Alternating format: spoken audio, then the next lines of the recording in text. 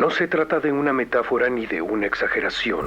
Es un objeto físico, conservado, catalogado, estudiado durante más de un siglo.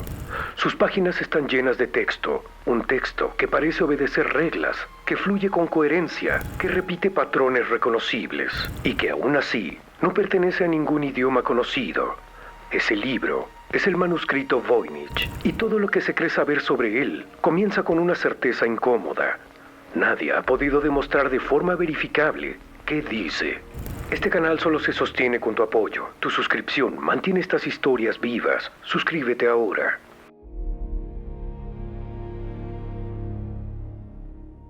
La historia documentada arranca en 1912, cuando el anticuario Wilfrid Voynich adquiere un conjunto de manuscritos en Italia. Entre ellos se encuentra un volumen extraño, escrito en un alfabeto desconocido, acompañado por ilustraciones que no encajan con ningún sistema botánico, médico o astronómico reconocido en su totalidad. Desde ese momento el libro queda asociado a su nombre. Sin embargo, el origen del manuscrito es anterior por varios siglos. Las pruebas de datación por carbono realizadas en la Universidad de Arizona sitúan el material entre los años 1404 y 1438. El soporte físico pertenece a inicios del siglo XV. No hay indicios sólidos de fabricación moderna ni de alteraciones posteriores que cambien esa fecha. El contenido, en cambio, no ofrece respuestas claras. Las páginas muestran secciones que aparentan tener lógica interna. Plantas dibujadas con gran detalle ocupan una parte importante del manuscrito. Sus raíces, tallos y hojas están representados con precisión, como si se tratara de un herbario. Sin embargo, ninguna de estas especies coincide completamente con plantas identificadas. Algunas parecen combinaciones de varias, otras no tienen equivalente. El texto acompaña prácticamente todas las ilustraciones. Está escrito con un sistema de símbolos consistente. No hay tachaduras evidentes, no hay correcciones visibles. La escritura fluye como si el autor dominara perfectamente el sistema. Ese detalle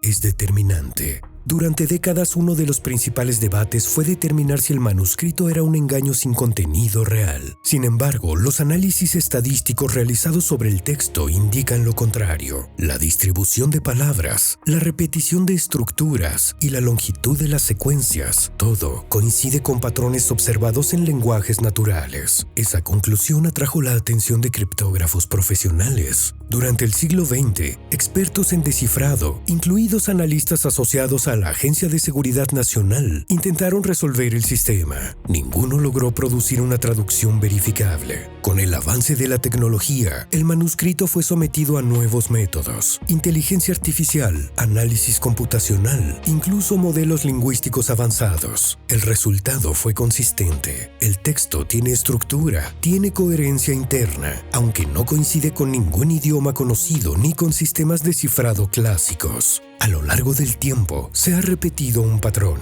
Cada cierto periodo aparece un anuncio. Alguien afirma haber descifrado el manuscrito. Las afirmaciones suelen seguir una estructura similar. Se propone una clave, un idioma base, una lógica de sustitución. Se presentan fragmentos traducidos, se sugieren temas, medicina, botánica, prácticas antiguas. Sin embargo, cuando otros especialistas intentan replicar el método, el sistema deja de funcionar. Las traducciones no se sostienen a lo largo del manuscrito completo. Las reglas cambian según la necesidad del resultado. No hay consistencia global. Y en términos académicos, eso invalida cualquier desciframiento. En los últimos años la investigación ha tomado un rumbo distinto. En lugar de intentar traducir directamente el contenido, algunos estudiosos se han centrado en entender cómo pudo haberse generado el texto. Uno de los enfoques más recientes propone que el manuscrito podría estar basado en un sistema de codificación más complejo de lo que se había considerado. No un simple cifrado de sustitución donde cada símbolo representa una letra, sino un proceso más dinámico. El modelo sugiere que el texto podría haberse construido mediante reglas que transforman palabras base en variantes, generando patrones que parecen lenguajes sin ser un idioma convencional. Ese tipo de sistema puede producir coherencia estadística sin necesidad de un significado directo accesible. Ese enfoque no descifra el manuscrito, no traduce su contenido y aún así introduce una posibilidad inquietante, que el problema no radique en la falta de herramientas, sino en la forma en que se está abordando.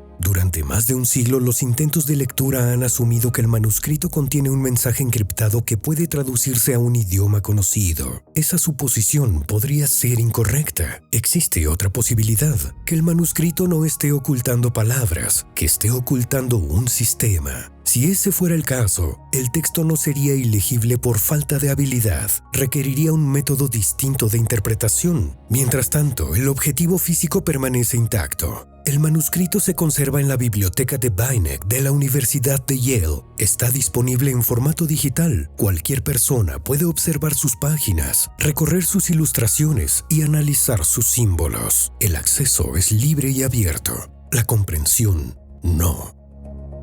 Ese contraste ha convertido al manuscrito en un caso único. No está oculto en una colección privada, no está fragmentado. Está ahí, completo, visible, y aún así permanece fuera del alcance. Al revisar sus páginas, hay un detalle que se vuelve evidente con el tiempo. El texto no solo es consistente, también es eficiente. No hay secciones caóticas, no hay bloques que parezcan improvisados. Todo sigue una lógica interna que se repite con disciplina. Esto sugiere que el autor no estaba experimentando, estaba ejecutando. Ese nivel de control plantea otra pregunta. ¿Para quién fue escrito el manuscrito? Un sistema tan complejo no tendría sentido como ejercicio aislado. Requiere tiempo, conocimiento e intención. La ausencia de errores visibles indica práctica previa. El resultado final parece el producto de un proceso ya dominado. Sin embargo, no hay registros claros de una comunidad que utilizara ese sistema. No hay otros textos similares. No hay referencias externas que permitan contextualizarlo. A lo largo del tiempo se han propuesto nombres como Roger Bacon o John Dee. Estas asociaciones surgen de coincidencias históricas o intereses compartidos. Ninguna ha sido confirmada con evidencia concluyente. Y en ese punto, cuando el texto ya ha agotado todos los intentos de lectura, las ilustraciones parecen ofrecer una salida. A primera vista, funcionan como guía. Plantas, cuerpos, diagramas, símbolos reconocibles, elementos que en cualquier otro manuscrito de la época servirían como apoyo visual para explicar el contenido. Pero aquí ocurre lo contrario. Las plantas no coinciden con ninguna especie identificada. Sus formas recuerdan a estructuras reales, aunque siempre presentan variaciones que impiden clasificarlas con precisión. Cada hoja, cada raíz, cada flor parece familiar y al mismo tiempo imposible. Los diagramas sugieren orden, una lógica astronómica o calendárica. Sin embargo, los detalles no encajan del todo con sistemas conocidos. Los símbolos del zodiaco aparecen, aunque acompañados de elementos que alteran su significado habitual. Las figuras humanas añaden otra capa de complejidad. Aparecen inmersas en estructuras que no tienen una interpretación clara. Conductos, recipientes, espacios que podrían representar procesos biológicos, rituales o algo distinto. No hay referencias externas que permitan confirmar una lectura. Las ilustraciones no explican el texto, lo amplifican, refuerzan la sensación de que existe un sistema coherente detrás de cada página, una intención precisa que se repite de principio a fin. Cada elemento parece estar colocado con propósito, nada sugiere improvisación, y aún así, el conjunto no ofrece una traducción visual. Un reflejo del mismo problema que plantea el texto, la presencia de significados sin acceso a su interpretación.